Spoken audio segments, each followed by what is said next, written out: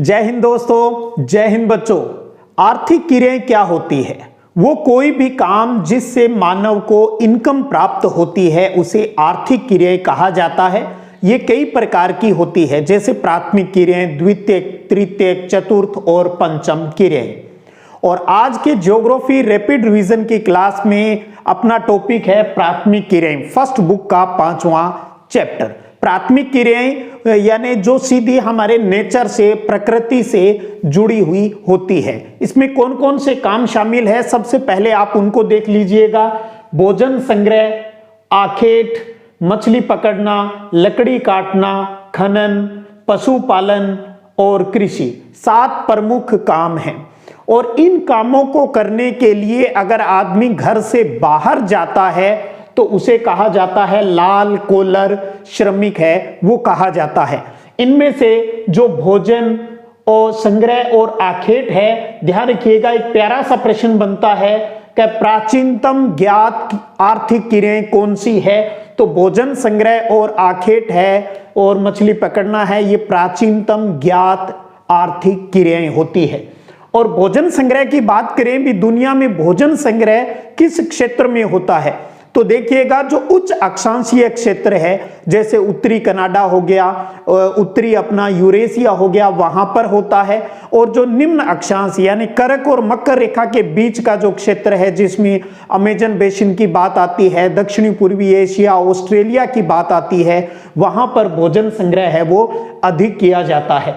उसके बाद बात करें खनन के ऊपर, तो देखिएगा खनिजों को प्राप्त करने का जो तरीका है उसे ही माइनिंग कहा जाता है। और माइनिंग का काम है वो 2 तरीके से होता है, जिनमें से एक है धरातलीय या जिसे विवृत खनन भी कहा जाता है, दूसरा है भूमिगत और इसे कूप की खनन भी कहा जाता है। इसमें आपको यह ध्यान रखना है भी जो धरातलीय या विवृत जो खनन की विधि है ये सबसे सस्ती है और सरल विधि है, इसमें किसी प्रकार का जोखिम नहीं होता। जबकि भूमिगत या कूप की खनन विधि के अंदर है काफी जोखिम होता है, क्योंकि जमीन के अंदर जाकर वर्क है वहां पर करना होता है। आगे बात करें पशुपालन, पशुओं के पालने की बात है। तो पशुओं को हम 2 तरीके से पालते हैं। एक है चलवासी पशुचारण, यानी जीवन निर्वाह के लिए हम पशु पालते हैं, और उस पशुपालक का सारा जो अपना आर्थिक जो काम है वो सारा का सारा उस पशुपालन के ऊपर ही डिपेंड करता है।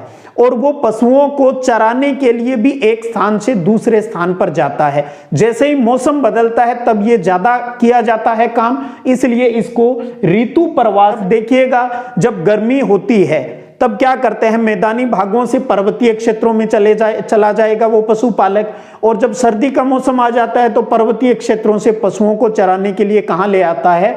मैदानी क्षेत्रों के अंदर लिया जाता है।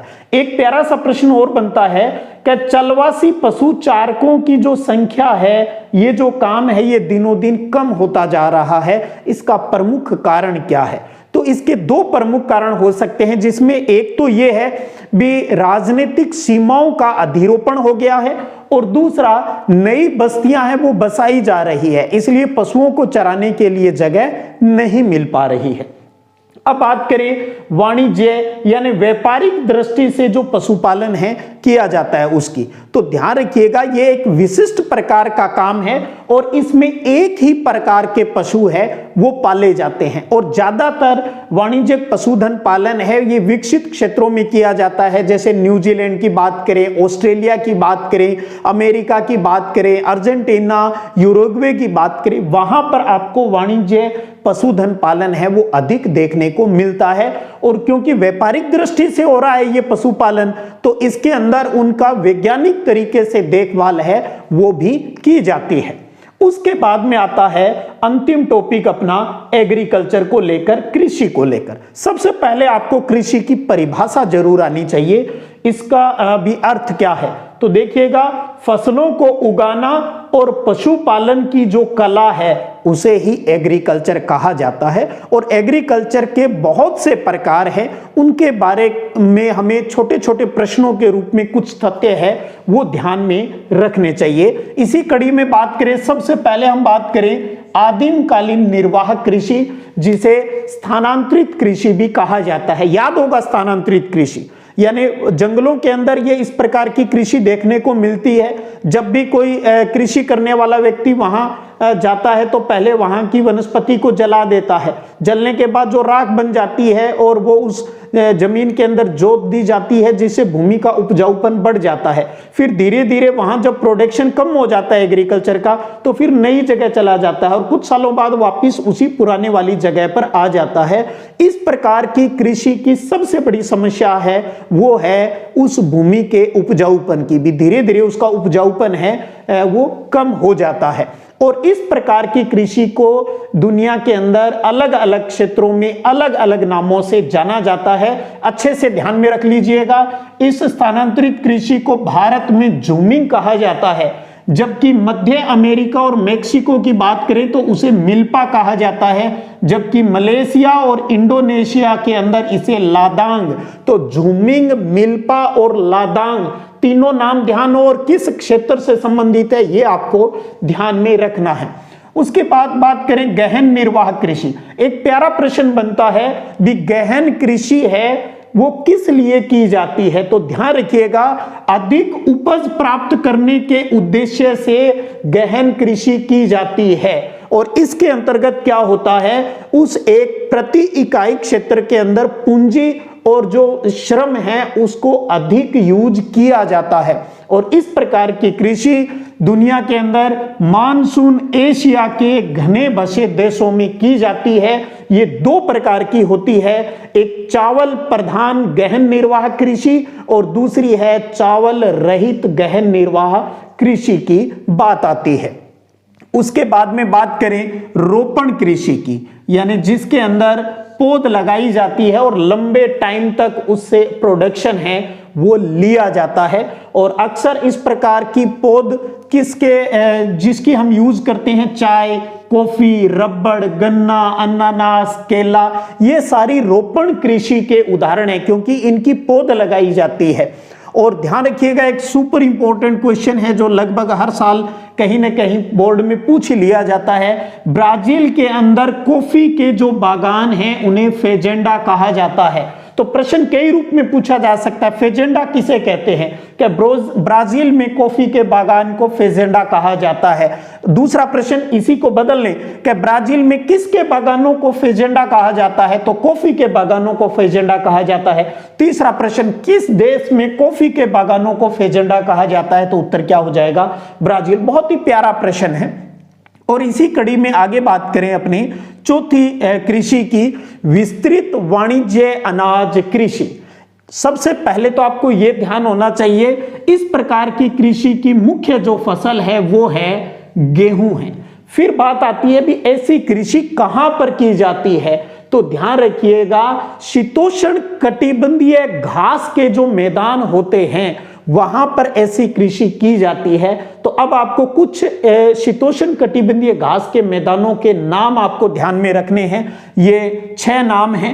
यूरेशिया में उन्हें स्टेपीज कहा जाता है, उत्तरी अमेरिका में प्रेरीज कहा जाता है, अर्जेंटीना में पंपाज कहा जाता है, दक्षिणी अफ्रीका में वेल्ड्स कहा जाता है, ऑस्ट्रेलिया में डाउन्स कहा जाता है, तो न्यूजीलैंड में उन्हें कैंटरबरी कहा जाता है। तो इन शीतोष्ण कटिबंधीय घास के मैदानों में आपको विस्तृत वाणिज्य अनाज कृषि है वो देखने को मिलती है।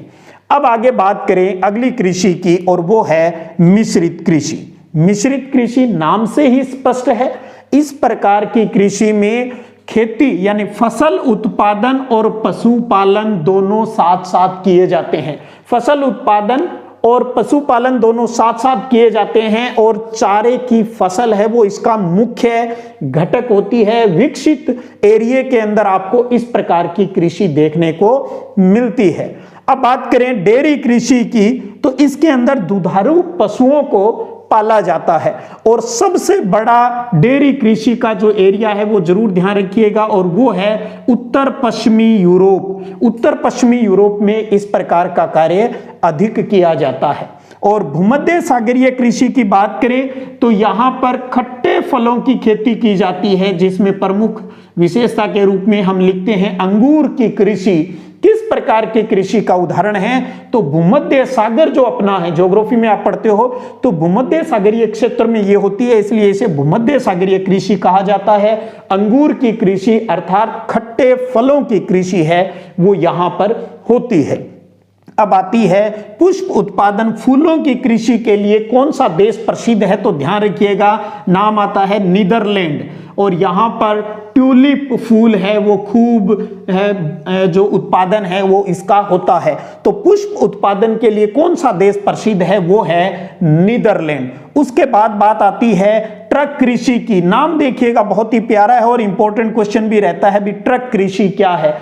ट्रक कृषि का जो संबंध है, सबसे पहले तो आपको यह पता होना चाहिए, ये सब्जी उत्पादन वाला जो एरिया होता है उससे जुड़ा हुआ है, क्योंकि जहां पर सब्जी का उत्पादन होता है, खेतों से सब्जी तोड़ने के बाद उसे जल्दी से जल्दी बाजार तक पहुंचाना होता है, तो इसलिए ट्रक के अंदर खेतों से सब्जी भर के एक रात में ट्रक जितनी दूरी तय कर देता है उस बाजार में उसको पहुंचा दिया जाता है, इसलिए सब्जी उत्पादन वाले कार्य को ट्रक कृषि के नाम से जाना जाता है।